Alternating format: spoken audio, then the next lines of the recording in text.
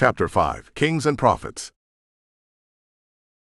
The United Kingdom and the Temple. The United Kingdom is a place that has a rich and deep history, with many stories going back thousands of years. This is especially true when it comes to the country's religious history, which has had a significant impact on the formation of British society and culture. In the ancient United Kingdom, the temple played a vital role. It was considered a sacred place, a place of worship and prayer, but also a place of community and union. The temple was the heart of religious life, a place where people gathered to perform their rites and ceremonies, to pray and to seek spiritual guidance. The temple was also a place of power. The priests who ran it were considered the mediators between the gods and the people, and they had significant influence on society. They had the task of interpreting the will of the gods and guiding the people in its fulfillment. In this sense, the temple was not only a place of worship, but also a center of power and authority. However, the temple was not only a place of power and authority. It was also a place of knowledge and wisdom. Priests were considered wise and educated, and they often provided advice and guidance to the people. The temple was thus a place where wisdom and knowledge were sought and respected. In addition, the temple was a place of beauty. It was often adorned with works of art and architecture of great value and beauty, reflecting the greatness of the gods and the devotion of the people. Thus, the temple was a place where art and beauty were celebrated and appreciated. Over the centuries, the role of the temple in the UK has changed. With the advent of Christianity, the temple was replaced by churches, and its role was taken over by bishops and priests.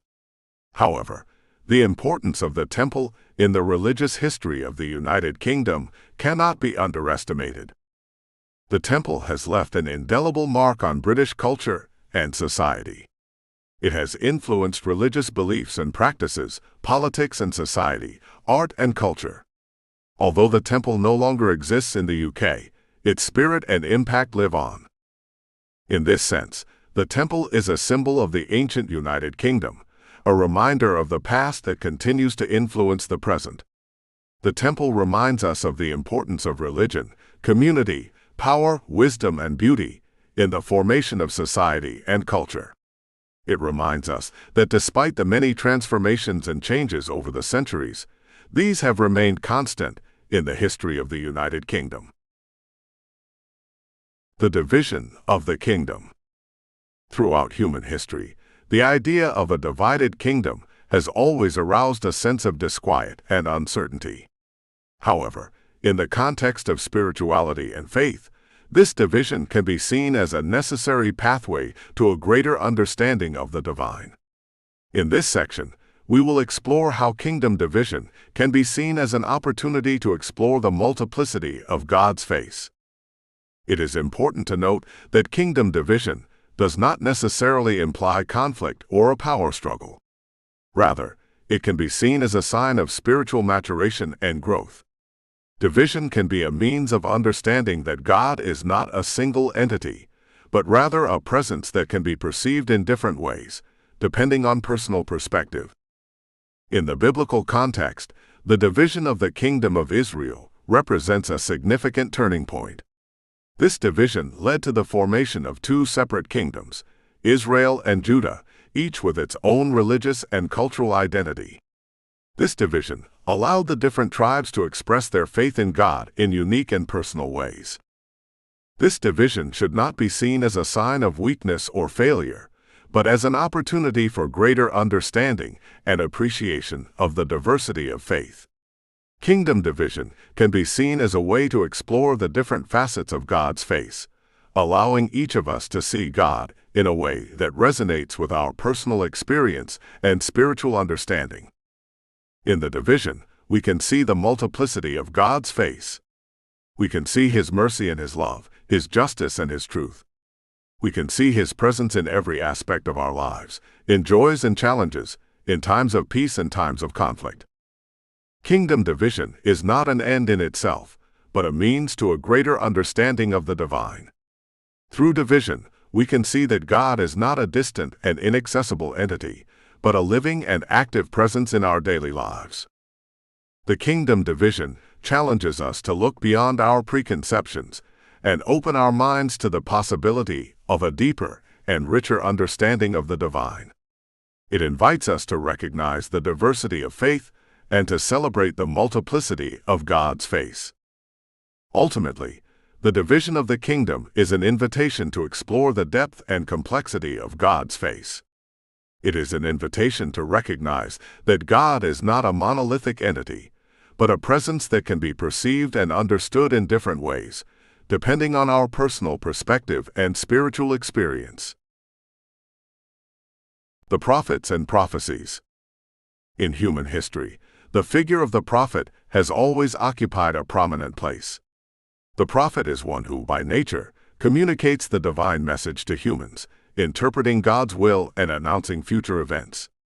The prophet is not merely a soothsayer, but a mediator between the divine and the human, a spokesman for God. In the biblical context, prophets are figures of great importance. They are the channel through which God reveals himself to his people, announcing his will and plans. Prophets not only predict the future, but also interpret the present in the light of divine revelation. They play a role of spiritual and moral guidance, calling the people to conversion and obedience to God. Prophecies, on the other hand, are the messages that prophets communicate from God. They may relate to future events, but also to the present situation. Prophecies are often expressions of judgment or hope, depending on the context in which they are uttered. They have a function of warning, encouragement, or consolation for the people. In the Old Testament book of prophets, we find a series of prophecies concerning the future of the people of Israel and the surrounding nations. These prophecies were spoken at times of crisis or hope, and they played an important role in the history of the people of Israel. The prophet, as God's spokesman, has the task of communicating the divine message clearly and comprehensibly. He must be a man of faith, able to listen to God and convey his message with courage and conviction. The prophet is a man of God, but he is also a man among men, sharing their joys and sufferings, their hopes and fears.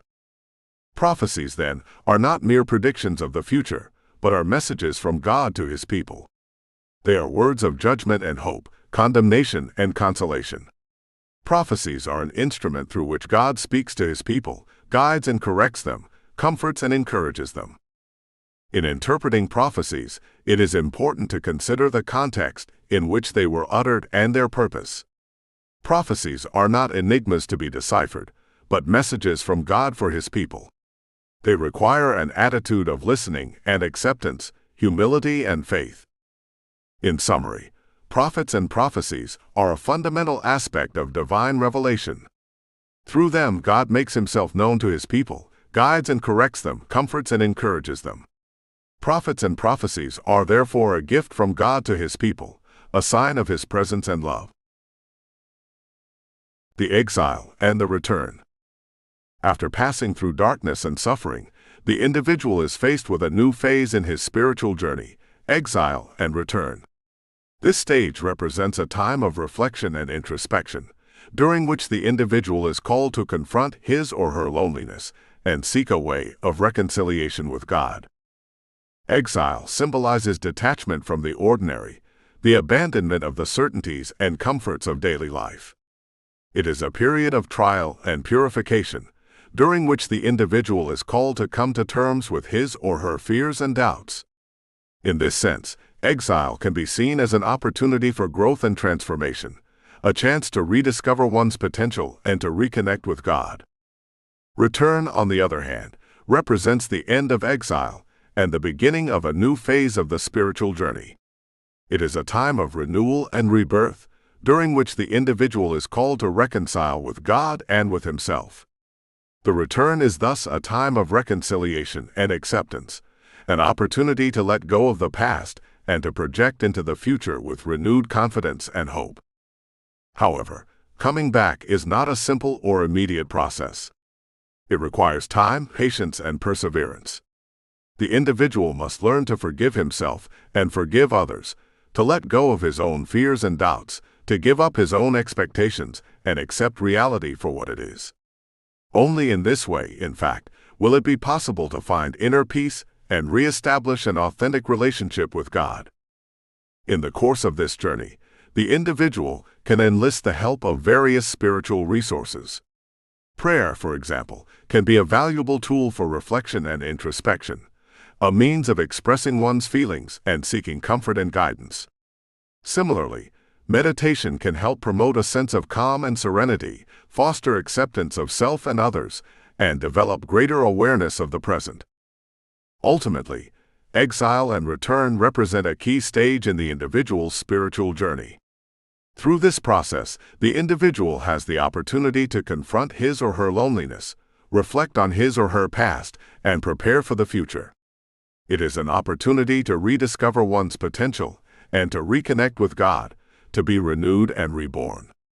It is, in other words, a journey toward reconciliation and acceptance, toward inner peace and reconnection with God.